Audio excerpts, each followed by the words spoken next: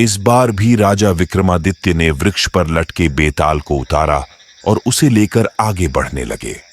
खुद को बचाने के लिए बेताल ने फिर से राजा को एक कहानी सुनाई। बेताल कहता है, एक बार की बात है, कनकपुर नाम का एक शहर था जिसके राजा का नाम यशोधन था। वो राजा अपनी प्रजा का खूब ख्याल रखता था। उसी शहर में एक सेठ भी था जिसकी बेटी का नाम उन्मादिनी था। वो बहुत ही सुंदर और गुणी थी। उसे जो भी देखता वो उसे देखता ही रह जाता था। जब सेठ की बेटी जवान हुई तो सेठ ने उसकी शादी का निर्णय लिया। सेठ सबसे पहले राजा के पास अपनी बेटी की शादी का प्रस्ताव लेकर गया।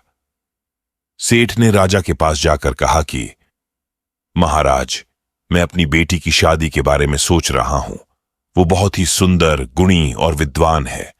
आप यहां के महाराज हैं, सबसे ज्यादा साहसी, गुणी और विद्वान। आपसे अच्छा मेरी बेटी के लिए कोई नहीं हो सकता है। ऐसे में सबसे पहले मैं आपको निवेदन करना चाहता था, आप मेरी बेटी को पत्नी के रूप में अपनाएं, और अगर आपको मंजूर नहीं तो आप अस्वीकार कर दें। सेठ की बात सुनकर राजा उनकी बेटी को देखने और उनके लक्षणों को परखने के लिए ब्राह्मणों को भेजा। राजा की बात मानकर ब्राह्मण वहां उन्मादिनी को देखने गए। ब्राह्मण उन्मादिनी को देखकर काफी खुश हुए, लेकिन दूसरे ही पल उन्हें इस बात की चिंता भी हुई कि अगर राजा ने इतनी खूबसूरत कन्या से शादी की तो वो पूरा दिन उन्हें देखते ही रहेंगे और प्रजा पर ध्यान नहीं दे पाएंगे। इसलिए ब्राह्मणों ने फैसला किया कि वो राजा को उन्मादिनी के रूप और गुणों के बारे में कुछ नहीं बताएंगे। सारे ब्राह्मण राजा के पास पहुंचे और बोले कि राजा, वो कन्या अच्छी नहीं है, इसलिए आप उनसे शादी न करें। ब्राह्मणों की बात सुनकर राजा को लगा कि वो लोग सच बोल रहे हैं। राजा ने उन्मादिनी से शादी करने के लिए मना कर दिया। फिर सेठ ने राजा की अनुमति से राजा के सेनापति बलधर के साथ अपनी बेटी की शादी करा दी। उन्मादिनी शादी के बाद खुशी से रहने लगी, लेकिन कभी कभी उसके मन में यह बता जरूर आती थी कि राजा ने उसे बुरी औरत समझकर उसके साथ शादी करने से मना कर दिया था। एक बार बसंत के मौसम में राजा बसंत का मेला देखने निकले। राजा की सैर की खबर उन्मादिनी को भी मिली।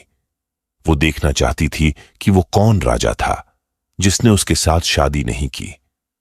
ये सोचकर उन्मादिनी अपने घर की छत पर राजा को देखने के लिए गई। राजा अपनी पूरी सेना के साथ उधर से जा ही रहे थे कि उनकी नजर छत पर उन्मादिनी पर गई। उसे देखकर राजा पूरी तरह से आकर्षित हो गए। उन्होंने अपने सेवक से पूछा, यह खूबसूरत कन्या कौन है?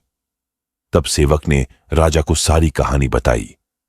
ये वही कन्या है जिसके साथ ब्राह्मणों के कहने पर आपने शादी करने से मना कर दिया था। बाद में इसकी शादी सेनापति बलधर के साथ हो गई थी। पूरी बात सुनकर राजा को गुस्सा आया और उसने ब्राह्मणों को नगर त्यागने की सजा दे दी। उसके बाद राजा बार बार यह बात सोच सोच कर दुखी रहने लगा। उसे बार बार शर्म भी आ रही थी कि वो एक ऐसी कन्या के बारे में सोच रहा था जो पहले से ही शादीशुदा है। राजा के हाव भाव से आसपास के लोग उनकी मन की बात समझने लगे। राजा के मंत्री और चाहने वालों ने राजा से कहा, राजा, इसमें दुखी होने वाली क्या बात है?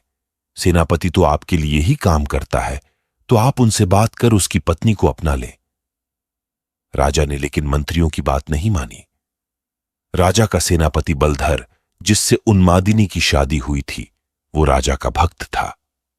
उसे जब राजा की बात पता चली तो वो राजा के पास पहुंच गया और बोला, राजा, मैं आपका दास हूं और वो आपकी दासी की ही पत्नी है। मैं खुद उसे आपको भेंट देता हूं। आप उसे अपना लें या फिर मैं उसे मंदिर में त्याग देता हूं। वो देवकुल की स्त्री हो जाएगी तो आप उसे अपना सकते हैं। राजा को सेनापति की बात सुनकर बहुत गुस्सा आया। राजा ने कहा, राजा होकर मैं ही ऐसा बुरा काम करूंगा? कभी नहीं। तुम मेरे भक्त होकर मुझे ऐसा काम करने को कह रहे हो। अगर तुम अपनी पत्नी को नहीं अपनाओगे तो मैं तुम्हें कभी माफ नहीं करूंगा। राजा मन ही मन उन्मादिनी के बारे में सोचते सोचते मर गया। सेनापति राजा की मौत से बहुत दुखी हुआ और इस बात को सह नहीं पाया। उसने अपने गुरु को सब बात बताई। उसके गुरु ने कहा, सेनापति का धर्म होता है कि वो राजा के लिए अपनी जान दे दे। ये बात सुनकर सेनापति ने राजा के लिए बनाई गई चिता में कूदकर अपनी जान दे दी। जब ये बात सेनापति की पत्नी उन्मादिनी को पता चली तो उसने भी अपने पति के लिए अपने प्राण त्याग दिए। इतना बताने के बाद बेताल ने राजा विक्रमादित्य से सवाल पूछा, बताओ राजन, राजा और सेनापति में सबसे ज्यादा हिम्मत वाला कौन था? विक्रमादित्य बोला, राजा सबसे अधिक साहसी था क्योंकि उसने राज्य धर्म निभाया। उसने सेनापति के कहने पर भी उन्मादिनी को नहीं अपनाया और खुद मर जाना सही समझा। सेनापति एक अच्छा सेवक था, अपने राजा के लिए उसने अपनी जान दे दी। इसमें कोई चौंकाने वाली बात नहीं थी। असली हिम्मत वाला तो राजा था, जिसने अपने धर्म और काम को अनदेखा नहीं किया। विक्रमादित्य का जवाब सुनकर बेताल खुश हुआ और हर बार की तरह वृक्ष पर जाकर लटक गया। कहानी से सीख, असली हिम्मत वाला इंसान वही होता है जो खुद से पहले अपने परिवार के बारे में सोचे और अपनों का ध्यान रखे। हम आशा करते हैं कि आपको आज की कहानी पसंद आई होगी। ऐसी ही और कहानियां सुनने के लिए वीडियो को लाइक और शेयर करें और चैनल को सब्सक्राइब करें। मिलते हैं कल की वीडियो में।